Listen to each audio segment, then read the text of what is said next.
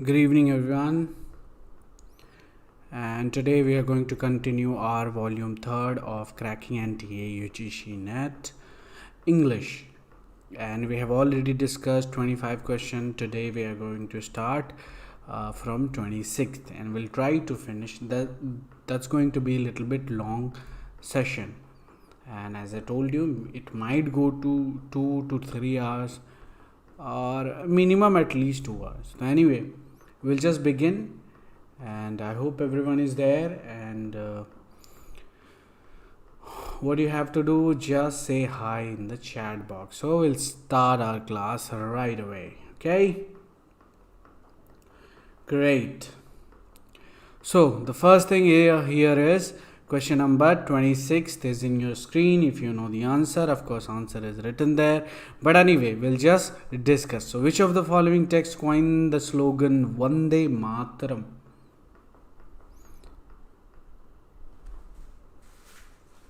And Vande Mataram was, that slogan was in Anandamath. So there are other work also, but our answer is Anandamath. We are just going to be quick in this session because we have anyway 65 questions with us, and that we'll try to finish 75, I think. Yeah, 75 questions. So correct explanation, Anandamath is actually a Bengali fiction written by who? Bankim Chandra Chattopadhyay, and it was published in 1882.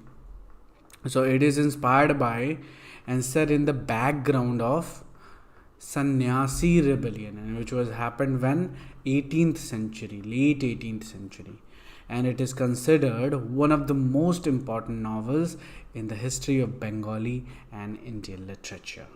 Hi Anjali is there. So very good. Come everyone, if and say hi, chat in the right hi in chat box, and then we'll just continue. Anyway, Vande Mataram, hail to the Bengal motherland. The first song to represent Bengal as the motherland was published in this novel. So other explanation, there was another option, right? Marinalin, and it is a Bengali novel written by again Bankim Chandra Chatterjee, and this is by Chatterjee, not Chattopadhyay, right? So the novel was first published in 1869. So this was Chatterjee's third novel, and he was 30-year-old when the novel was published. Again was Gopal Kundala, and this is also Bengali romance novel and published by Chattopadhyay, and it was published in 1866. So it is the story of a forest dwelling girl named Kupal Kundala, and who fell in love with and married Naba Kumar, a young gentleman from Saptagram. So eventually it finds that she cannot adjust to city life. And there was another work, which is Durgesh Nandini, and daughter of the feudal lord, and is a Bengali historical romance novel written by Chattopadhyay, Bankim Chandra Chattopadhyay in 1865. Correct. Question number 27. Which among the following is associated with the term intentional fallacy? Intentional fallacy, I think you know, and most of you should also know about that. Intentional fallacy is a literary criticism. It is a term in literary criticism. It was associated with W.K. Wimsatt. And Roland and Barthes, we know that death of the author, SNZ, right? Read early, write early. John Keats' negative capability. J.H. Miller is, we'll see. So anyway, so the term intentional fallacies by V.K. Wimsatt and Monroe Beardsley. So not only one, but these both critic has coined this term intentional fallacy in their essay called The Intentional Fallacy. Got it? And it was published in 1946. So the essay argues, so just pay attention, is quite important, so then you'll understand what is intentional. So through the word you can just, there are some fallacies and that can also be like intentional. So through intention that fallacy can be, so it is actually that the author's intention, so whatever is the intention of the author in a particular work or particular poem or whatever, or biography. Okay, also author's intention or his biography should not be used as the primary means of interpreting a literary text. So according to Monroe, Beardsley and W.K. Wimsatt, that in any work or anything there should be like author's intention or biography should not be used as the primary means of interpreting a text. So according to them, Wimsatt and Beardsley, such an approach is fallacious because it assumes that the author's intention can be objectively determined, that the author had complete control over the text and the author's intended meaning is the only valid interpretation. Instead, they argue that the text should be considered as an independent entity. So whenever author intentionally put his thing or he put his biographical element, that will be like, that should not be in the literary work, but if it can be found, there will be intentional fallacy. So instead they argue that the text should be considered as an independent entity and separate from its author and his or her intention, and that the meaning of the text should be derived solely from internal evidence. So here the intentional fallacy is often associated with new criticism movement in literary criticism, which emphasize the importance of close reading. So whenever the word or this keyword comes, close reading, that is the moment of new criticism movement. Got it? I hope you understand. Question number 28, I won't show the answer. Which of the following work is set in the backdrop of religious persecution in Mexico? So we are talking about Mexico. So the power and the glory, actually it is all what work related to religion, and for whom the bell tolls also in our time, and all of the above. So explanation is, as we know, it is a Graham Greene's novel, The Power and the Glory. Correct. And these are all the Catholic novels. So this is the Catholic novel, Power and the Glory, and it is when the Mexican government was cracking down on Catholic Church and its priest.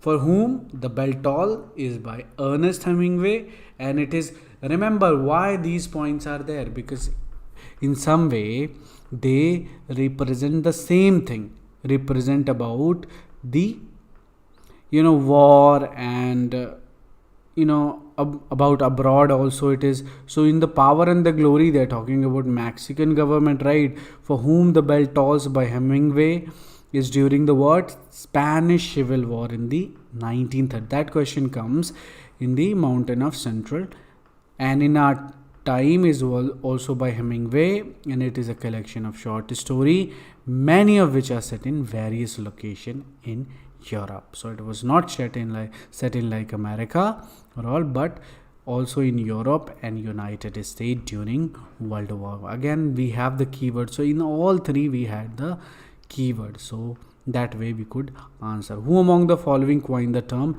the movement? So remember, there are the movement, right? The realism, naturalism, these all we have already talked in our Victorian criticism, right, in our class. And we also talked about like aestheticism is there. We talked about a couple of more things, including imagism. So these are the important term, and the movement term is coined by who? So when you think of the movement, you should remember it is by J.D. Scott. So the movement, the pioneer figure is the J.D. Scott, and then the rest. So we'll just check. So these are the other F.R. Lewis, we know for the great tradition, right? I.A. Richard, we know for the new criticism, practical criticism especially, and Bateson we'll talk about in the.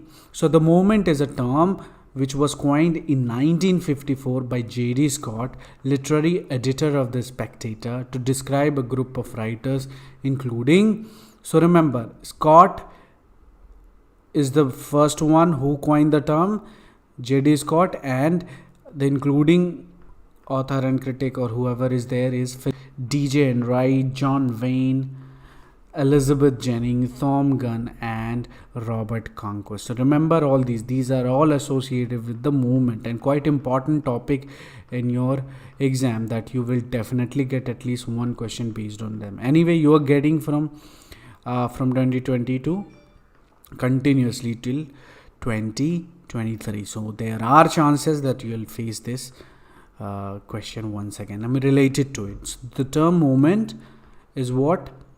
A term used to describe a group of British poets. Remember, they are all British poets, and between in the 1950s and 1960s, and they rejected the prevailing trend of modernism and embraced a more traditional and accessible style of poetry.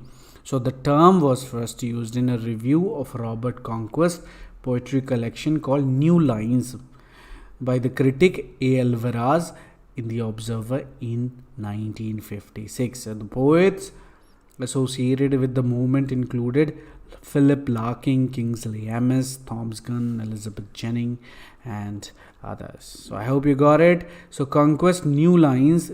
It is also true that the term had been used earlier by J.D. Scott in a review. So that is for our exam point of view, this name is quite important. J.D. Scott regarding what? The movement.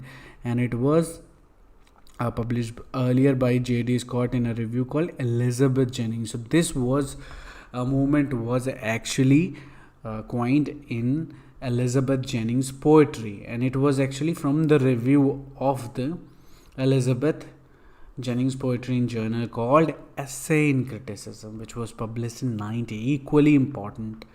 Okay, so match the following. I won't show you the answer. You have to find out. You have to write in the chat box if you know. Got it? So here, Imtiaz Darkar, Agha Shahid Ali, Eunice D. Souza, Yasmin Gunaratne. So you have to find, if you know at least one. If you know one, you might be able to answer. Got it?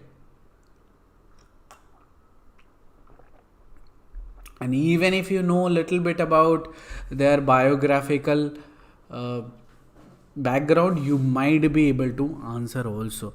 So again, somebody is talking about Kashmir. Okay, postcard from Kashmir. So who are associated with Kashmir, or who have, like, through the name we can understand that it can be Agha Shahid Ali or Imtiaz Darkar. Who could be? Advice to women. So it seems like one woman could be, right? So through the name also you can, this language, this woman. So there are two things that they're talking about, woman. So it seems like woman could be the writer. I'm not saying that it is definitely a woman, but there are chances. So in that case, you only have to push little bit to your mind and you'll be able to answer. So Yasmin Guru, through the name of that we can decide that it is talking about woman. I told you, no? So this language, this woman is Yasmin Gunaratne. Got it? So this woman, of course, written by a woman, Yasmin Gurna. But we had Agha Shahid Ali. So only one woman is there, right? Yasmin. So this language, this woman. Either she could have written this or this. So A ka 2 was there anywhere? No, na, only A to 5. So you could just answer simply by this also. Got it? And again we have second, Imtiaz Darkar. Imtiaz Darkar wrote postcard from, I told you either it'll be Agha Shahid Ali or Imtiaz who has written about the Kashmir. So it was Agha Shahid Ali who wrote about the Kashmir. So through that, just little bit background knowledge, their biographical knowledge of a particular author, a particular poet, dramatist, this might lead you to answer couple of correct questions. So just pay attention on these things a little bit, read about their background, or just watch their interviews in YouTube. They are available. Even if you search now about them, you will get one or two interviews as well. So Eunice de Souza, who wrote Advice to Women. So we'll know the common theme of the four literary work. So for all works, all four works that we have mentioned, the theme was the exploration of identity and voice, particular for marginalized and underrepresented group. So in simple word, you can just, it is talking about different culture, right? I mean, different suppressed society that could be your subaltern. Okay? So in simple word, you can just simply subaltern kind of thing. So Yasmin, who wrote this language, this woman, through the name we could answer. Imtiaz Dharkar, Postcard from God, is a poem that examines the struggle of the underprivileged in society to have their voices heard. Again, Agha Shahid Ali, that I told you with little bit background knowledge would have help you to answer this question. So Agha Shahid Ali's Postcard from Kashmir, and is a poem which explored the theme of exile and displacement. Again, we have Eunice de Souza. It is about advice to women. That poem is a poem that challenges traditional gender role and expectation, particularly in the context of Indian society. I hope you got the answer. Another is Dev Viraswamy. Tufan is an adaptation of Shakespeare's play. Guess what? Should be easy for you. Quite easy for you. Tufan, Shakespeare. Where is Tufan in Shakespeare play? I mean, related to it. There was no depiction of any lightning or thunder in like Macbeth, in Hamlet and other Macbeth or the 12th Light. It was the tempest. That there was one big storm, right? In the sea. Remember, there are a group of people who were just traveling to Naples, and Prospero asked Ariel to do all this, and they eventually came to his island, and then all the drama happened. Got it? So Hamlet is not there, Macbeth is not there. It was the tempest. So explain, we already know about the plots of all these, right? So we don't have to discuss, we only have to discuss here about the Tufan. So directly these days they don't ask a question on Shakespeare, but they ask indirectly, and something in India or something in other work which are inspired by Shakespeare's play. So that these kind of things they are asking now. So wasting time in reading Shakespeare would only cost you time. You won't get anything out of it. I mean, if you're for the exam. So anyway, Dev Viraswamy's novel Tufan is an adaptation of Shakespeare's play The Tempest. So like its source material Tufan or Tofan explores the theme of power, colonialism, and the struggle for freedom. However, Tufan also draws in Viraswamy personal experience as a writer, activist in Mauritius. So the novel is set in fictional island in the Indian Ocean where the French colonizer and the local population are in conflict. So the protagonist Prosper Okay, so the Prosper is a former slave. So here the Prosper is depicted as a former slave who has gained power over the island through his mastery of sorcery. He finds himself caught between his revenge for against his. So this is actually about the Tempest and the present his desire to use the power through Prosper's journey, which so it is actually about the work itself, Tufan. So anyway, through Prospero's journey, here is this is Prosper, and in Shakespeare it's a Prospero. So pay attention to that. So we are talking about Tufan here. So through Prosper's journey, Vihar Swami explored the complexity of power, justice, and the struggle of freedom in the post-colonial world. Question 32, which is Uttargama Charita is based on Valmiki's Ramayana Bhavabhuti. So it was Uttargama Charita by Bhavabhuti is based on Valmiki's Ramayana.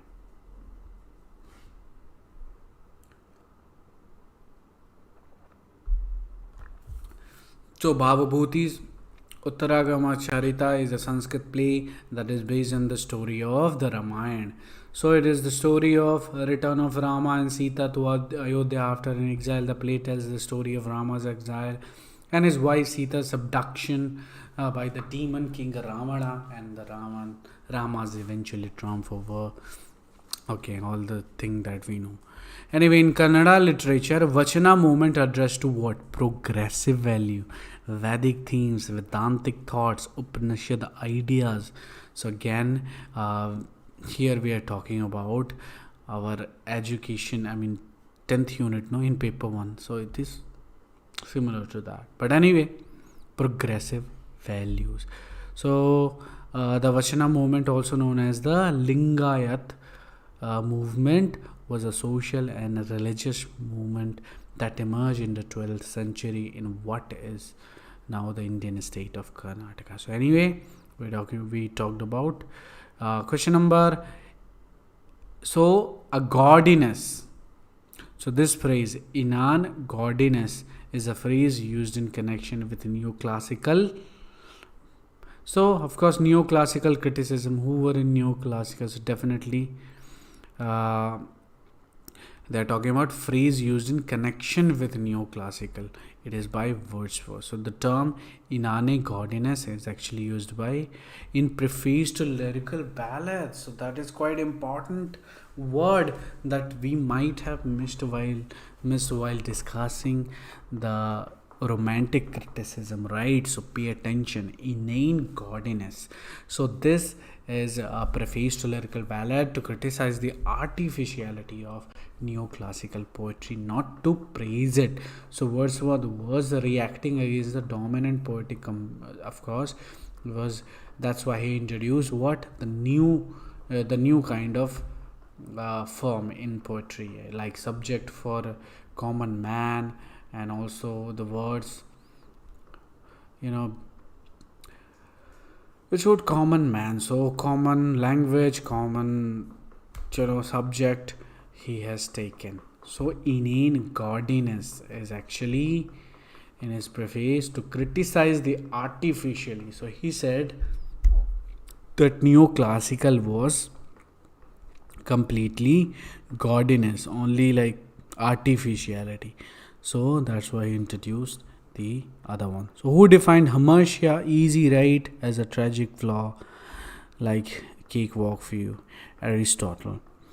And correct explanation is there. What is hamartia? Simple, remember, it is hamartia refers to the character's tragic flaw or error in judgment that leads to their downfall. Isn't it so easy to remember?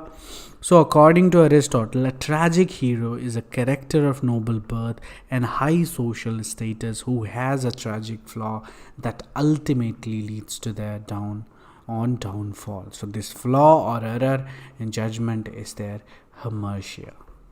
I hope you understood.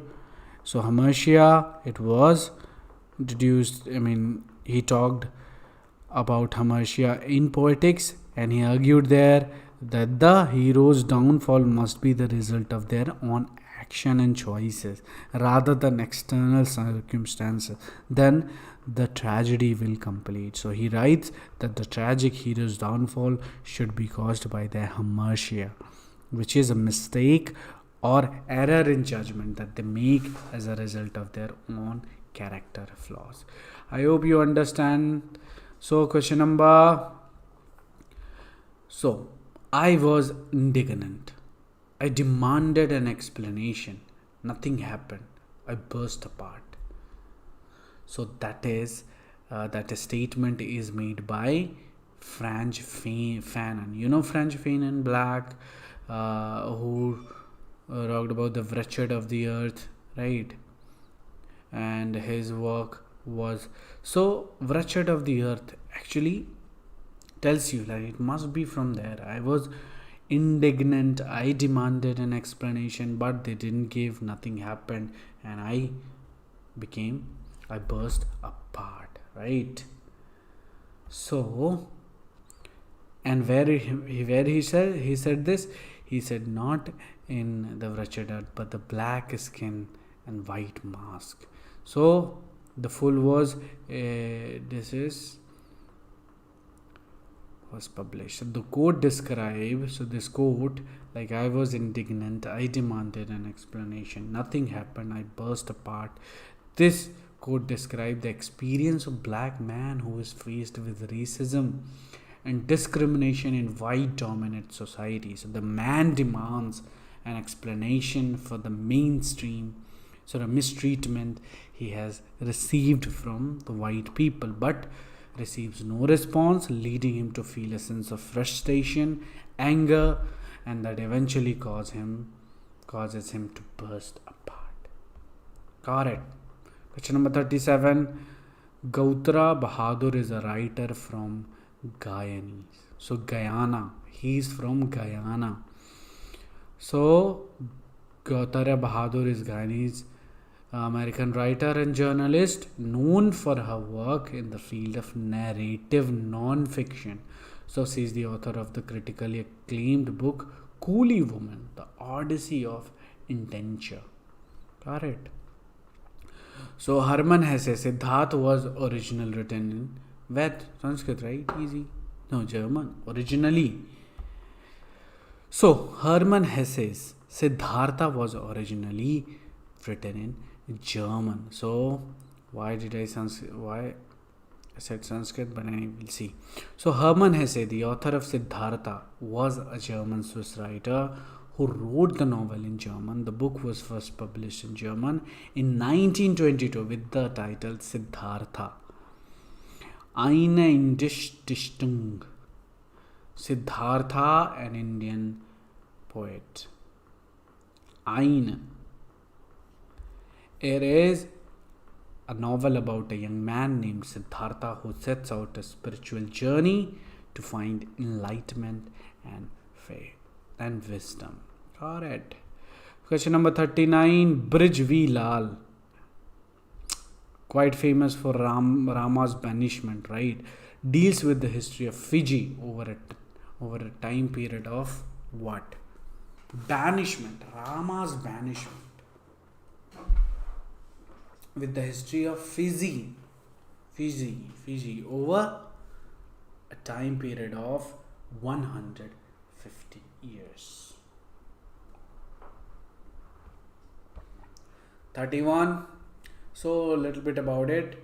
Rama's banishment by Brij V. Lal deals with the history of Fiji over a time period of 150 years, from the arrival of Indian indentured laborer in Fiji and in the 19th century to the coup of 1987 and 2000. So the book provides a detailed analysis of the social, political, economic factors that have shaped the history of Fiji and with a particular focus on the role of Indo-Fijian community. Question number 40. Choose the following. Magic realism. Quite interesting question is in your screen. You might be able to answer. Tell me quickly, which one do you think is the correct option? Which one employ the method of what? Magic realism. So guess what it could be? Come on. 100 year of solitude, like the certain, right? You'll just put 100 years of solitude. Then Midnight Children, of course, you know it is Midnight Children. Easy peasy. So two are there. So BC, where will you find BC? In only one option, right? Correct. D also, Beloved, Toni Morrison. They all used what? 100 Years of Solitude is by Gabriel Garcia Marquez. So it is about Bundia family, fictional town in Macondo. Midnight Children, Salman Rushdie. Who's the protagonist here? Salim Sinai. Easy, right? Beloved by Toni Morrison, one of the famous character. The story of Sethi, who was the farmer slave who has escaped from Ohio. So one question they have asked about Beloved related to Ohio. So, but who is haunted by the ghost of a daughter whom she killed to save her from a life of slavery. Got it? And another, and so Irvin Welsh. Welsh is written which of the following novels?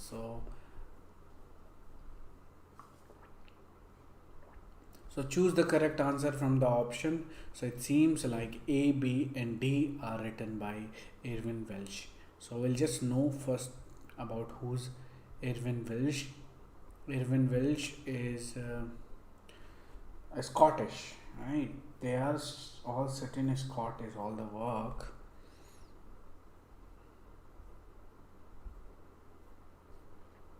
So the Acid House is a short stories by Irving Welsh.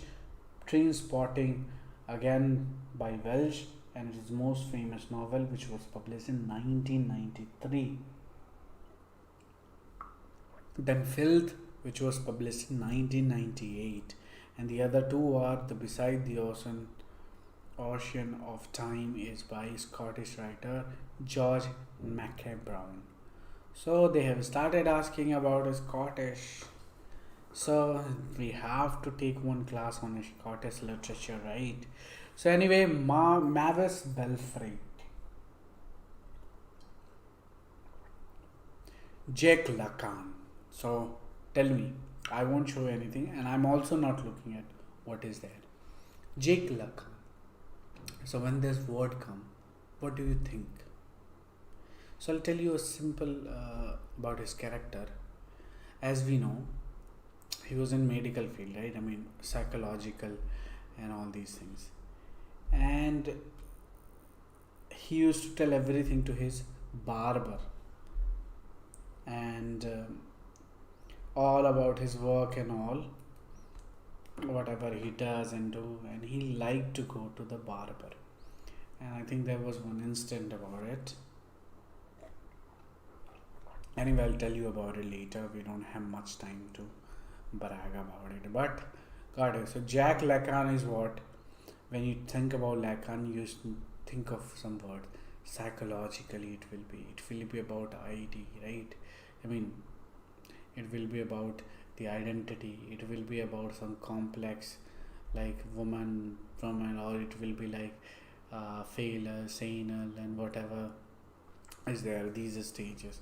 So these words should come when you see a name of a particular. I hope you understand what I'm trying to say. So ID, we know it is by Sigmund Freud. Ego, of course, it by Sigmund Freud, right? So here ego is not there. Symbolic, imaginary and real could be the answer. So let's see. C and E, symbolic and imaginary, and E is also there. Real and E, imaginary. So I told you, real, symbolic, imaginary, because these two are by who? Sigmund Freud. Come on, now question number we have in your screen. So one thing, today's semi-final, right? Eliminators, I think second match. Mumbai Indians, Gujarat Titans. Tell me who's going to win. In the chat box quickly. Anyone there? Anyway, somebody said something that Chennai will win. I'm telling you, today's match, who will win? Anyway, correct explanation is here. The concept of real, symbolic, and imaginary are a part of Lacan's psychoanalytic theory, which emphasizes the role of language, culture, and the unconscious in the formation of human subjectivity. So, what is real according to Lacan? It is a pre-linguistic, unmediated aspects of a reality that cannot be fully captured by language and symbolism.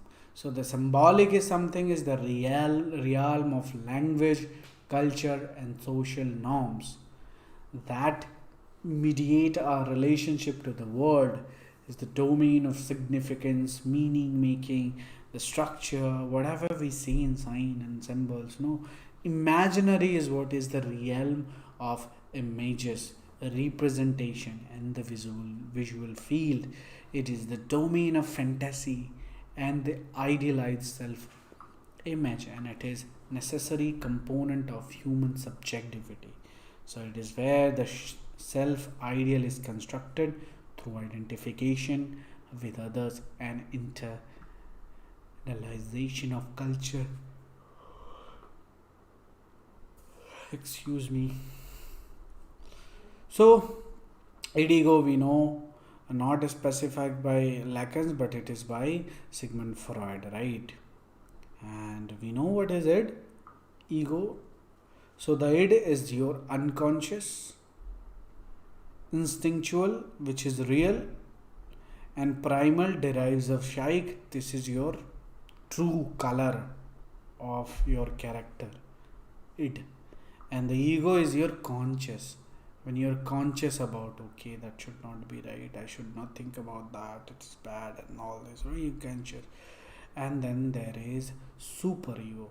And superego is your belief and your other things. So that is, sometime I'll talk about id ego, id. It's so good. Id ego, superego. That's quite, and we'll sometime talk about. Anyway, which of the following are not by Rabindranath Tagore? So Rabindranath Tagore, here we're talking about drama. So first you have to find which one is written by. Of course, Chandalika is written by Tagore. So we'll see B is where. So two option immediately eliminated. Another is Muktadhara. Muktadhara is also by Rabindranath Tagore. So C is here. So easily you can eliminate. You are left with two options, D and E. Correct. Easy, no? So Visurgin is written by Sudeep Sen, not by Tagore.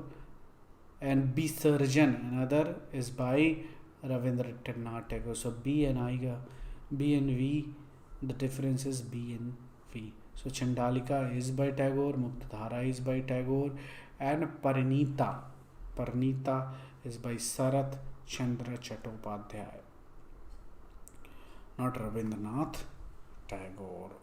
Punarnav is by Subramania Bharati, not Tagore. Got it? Quite easy, right? And there a little bit about the introduction. So, about the play. So, identify the films that were based on Booker-winning novels. You will definitely say, okay, Life of Pi is there, and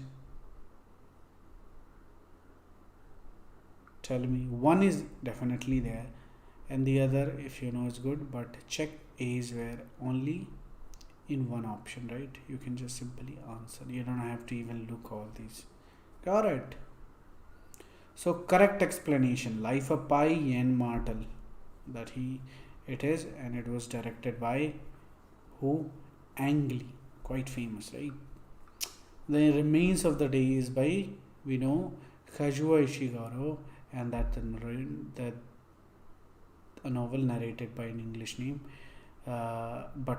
English butler named Stevens, and he reflect on his life and career in the years leading up to the World War II.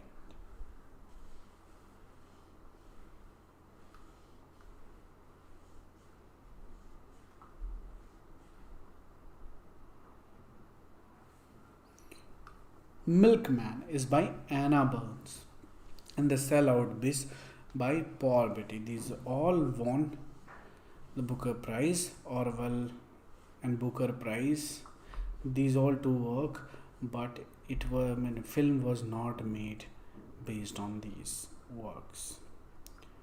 Inheritance of laws as well. Question number 45. Identify the correct ones among the following. It seems they are talking about dramatic monologue here. So the dramatic monologue, identify the correct one. So the first option, it seems the dramatic monologue ensured the reciprocal dialogue of the narrator. So of course, if it is dramatic monologue, there will be dialogue of the narrator. It could be right. We'll just keep it here. And the 19th century poets, 19th century dramatic monologue mostly started with Alfred Tennyson, right? So Alfred Lord Tennyson was in Victorian, right?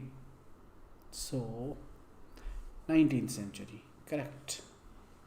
So 19th century poets fully exploited the poetic form of monologue. So this can be true. The Poetry of Experience by Robert Langborn outline a discussion on dramatic monologue that we don't know. The linguistic pragmatic make the narcissistic speaker of dramatic monologue speak exclusively, and so the B is correct, C is correct, and D is correct. So we have 19th century tick mark, the Poetry Experience by Robert Langborn outlines a discussion of, so that is new for us, you should remember. And the D, the linguistic pragmatic make the narcissistic speaker of dramatic monologue speak exclusively. So got it? So that is our answer. Correct explanation is also there. The same thing is repeated here. And the one we need to pay attention is the Langborn's first work, The Poetry of Experience, the dramatic monologue in the modern literary tradition. Takes issue with the T.S. Eliot, whom he admires as a poet. Anyway. 46. Identify the post-colonial critics who use the idea of Lacan, Foucault and Derrida while critiquing Eurocentrism. So when it is talking about Lacan, which is about psychology, Foucault is also somewhat about psychology, and Derrida is all about differences and deconstruction about the text and all, and of course Foucault about culture also. So here post-colonial critics, so post-colonial Gayatri Spivak, Homi Bhabha and Abdul J. We have to adverse Shahid MS. So answer is our A, B, C and D. Seems like all except M. Cesar. Explanation, Homi Bhabha we know for the third space, and also cultural hybridity.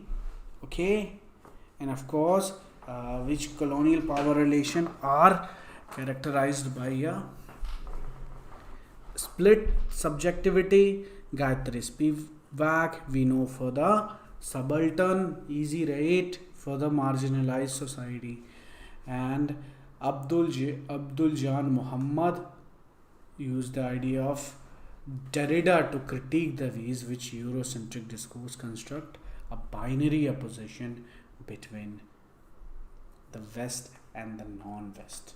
Alright, and at the end we have Edward Said, who took the Lacan, Foucault and Derrida all, and his influence work Orientalism uses the ideas of those theories to critique the ways in which Western discourse construct and represent the East as a passive, exotic other. So anyway, which among the following are correct? Now we'll have like this, only statement wise, not a state, this point by wise, and then we have match the following. Anyway, which among the following are correct? Tell me. George Lamming, Ben Okri, Nigeria, or where? Zimbabwe or Kenya? Ben Okri. Julfikar Ghosh is Indian or somewhere else. And Wilson Harris, Guyana. Tell me quickly. If you know one, you will be able to answer. We'll just move with Ben Okri in the beginning, but it is, I guess, Kenya. But let's see what is the answer. It says, which are the correct? So A, B. B is from, Ben Okri is from Nigeria, and George Lamming is from Barbados, and D is Wilson Harris is from Guyana. Got it? And Fred D is from where? Fred D. Aguirre is British Guyanese. He is also from Guyana, but here it is written different, right? Australia. And Julfikar Ghosh is from Pakistan, not from India. Identify the correct pair. Kalidas Bhasa is who? No. Urubhanga, Bhavabhuti, Uttaramacharita, or Kalidas Amogh Varsha, or Raj Shekhara, Raj Tarangini. Raj Tarangini we know na. Soma Deva, Kathir Sigara, I don't know. Kath Sarit Sagara. Okay, Katha Sarit Sagara, maybe. Choose the correct answer from the option. So it was B, C, and E. So B, C, and E is the correct pairs. Little bit introduction. Uttara Ram Charita is by the later story of Rama. Okay. Urubhanga or Urubhangam is the breaking of thighs, is Sanskrit play by Bhasha. And the Katha Sarita Sagar is ocean of the stream of stories. Amogh Varsha was an accomplished poet and a scholar. He wrote co-author the Kaviraj Marga. Raj Tarangani is famous for it is actually Raj Tarangani, River of King, is by Kashmiri Brahman Kalhana. Amogh Varsha. Question number 49. Which of the following statement hold true with respect to Alexander Pope? Essay on criticism. Of course, an inquiry into the nature and value of poetry. It parents a series of generalization about good taste. Of course, they talk about good taste. It explores the challenges of impartial and just criticism. It underlines the traits of the good critic. Why I feel like we have already discussed about this. Did we? No, right? Guess not. But anyway.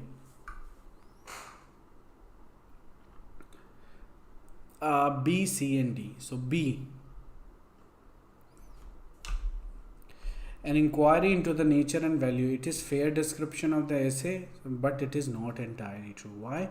The essay explored the characteristics that makes poetry effective, as well as the role of the poet and the audience in the creation and reception of poetry. A series of generalization about good taste. Of course, it also gives a reasonable description of the essay, and Pope offers a number of guidelines for good poetry and good criticism. So based on his own understanding of the classical literature and his observation of contemporary English poetry. And it explored the challenges of impartial and just criticism is another accurate statement. So Pope discusses the difficulties of being a good critic, including the need to balance personal taste and critical judgment. So it underlines the traits of the good critic is also true. Pope suggests that the ideal critic should be knowledgeable, insightful, and fair minded with a deep appreciation of the art of the work, art of the poetry. However, it critically reflects on Plato's rejection of poetry is not accurate. While Pope was certainly familiar with Plato's view on poetry, he does not explicitly address them in essay and criticism. So he didn't talk about Plato's rejection of poetry in the work of, his work, essay and criticism. So which of the following are applicable to the term of carnival? So simple, when it comes carnival, you should remember it is about Bakhtin. He coined that thing, Mikhail Bakhtin. So that is definitely true, like 100% true. It means how popular humans subvert official authority is classical, medieval, Renaissance text and culture. So we'll just see the answer. A is there and B says it means how popular humans subvert official authority in classical, medieval and Renaissance text and culture.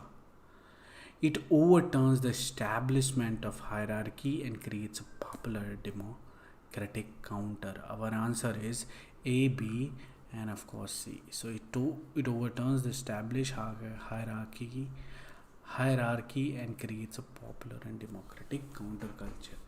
I feel like